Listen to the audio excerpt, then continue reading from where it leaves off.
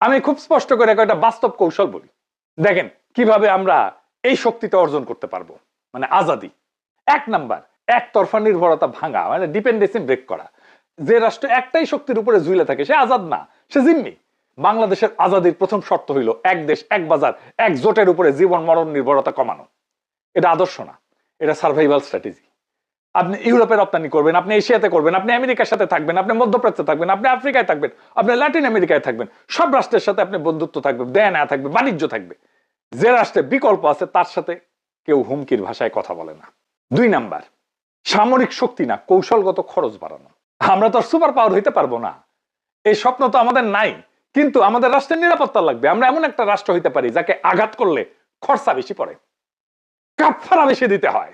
সরাসরি যুদ্ধ না, ধরেন আমাদের সাইবার সক্ষমতা যদি আমরা বাড়াই, আঞ্চলিক স্থিতিশীলতা এবং শান্তির জন্য যদি আমরা প্রয়োজনীয় ভূমিকা রাখি, তাইলে আমাদের অপরিহার্যতা বাড়বে।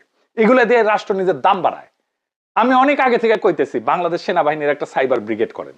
ওয়াকারানন্দ প্রভুপাদ আছে, কেমনে দুর্বৃত্ত জেনারেলদের সুরক্ষা দেওয়া যায়, কেমনে বাংলাদেশের নিরাপত্তা বৃদ্ধি করা যায় তার কোনো চিন্তা নাই। আমাদের একটা নিরাপত্তা উপদেষ্টা আছে, এই নিয়ে স্যাট ব্যাত আছে কিনা কে জানে, আল্লাহ জানে। নিরাপত্তার ব্যাপারে সবচেয়ে যেটা গুরুত্বপূর্ণ প্রশ্ন সেটা কিন্তু এটা না যে আপনি নৈতিক কিনা, আপনি ঠিকঠাক কাজ করতেছেন কিনা। প্রশ্নটা হইতেছে আপনাকে যদি অস্থিতিশীল করে, আপনাকে যদি কেউ আক্রমণ করে, আপনাকে যদি কেউ আঘাত করে, তাইলে ওর ক্ষতি কত যে আঘাতটা করবে, বুঝে চাও? এইটারে করে ডেটারেন্ট। আমারে তুমি গলা পর্যন্ত ডুবাইতে পারবা আমি মানি, কিন্তু তোমারে আমি কোমর পর্যন্ত নামাইতে পারবো, এইটা যদি বুঝে যায় তাহলে আমার কাছে আসবে না। 3 নাম্বার হইতেছে আভ্যন্তরীণ ইনসাফ।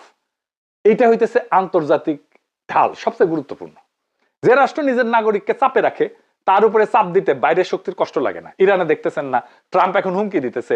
এই পরিস্থিতি হইতো না যদি না তার ইরানের নিজের নাগরিকেরাই নিজের সরকারের উপরে বিলা হইতো।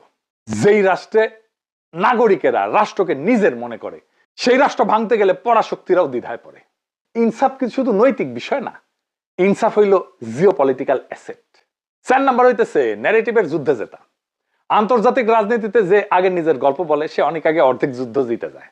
বাংলাদেশের এলিট মুসলমানদের দেখলে মনে হয় ওরা মনে করে যে আমরা মুসলমান, এটা আমাদের বিপদ, আরে সর্বনাশ। এটা তো আমাদের ন্যারেটিভ না, এটা বাংলাদেশের ন্যারেটিভ না, এই ন্যারেটিভ আমাদের শত্রুর ন্যারেটিভ। আমাদের ন্যারেটিভ হইলো আমরা একটা নাগরিক রাষ্ট্র, সেখানে ধর্ম বিশ্বাস ব্যক্তিগত আর রাষ্ট্রের সিদ্ধান্ত আসে জনগণের ইনসাফ থেকে। এই ভাষা ওয়াশিংটন বোঝে, ব্রাসেলস বোঝে, বেজিং বোঝে, ইন্ডিয়াও বুঝবে, কারণ রাষ্ট্র কথা বলে স্বার্থের ভাষায়। তাই শেষ কথা, আমরা এই সিস্টেম মাইনা নিতে বাধ্য। এই কথাটা অর্ধেক সত্য, পুরা সত্যটা হইলো আমরা বোকা হইলে মাইনা নিতে বাধ্য, আর বুদ্ধিমান হইলে এই সিস্টেমের ভেতরে মাথা উঁচু কইরা আজাদি নিশ্চিত করতে পারে।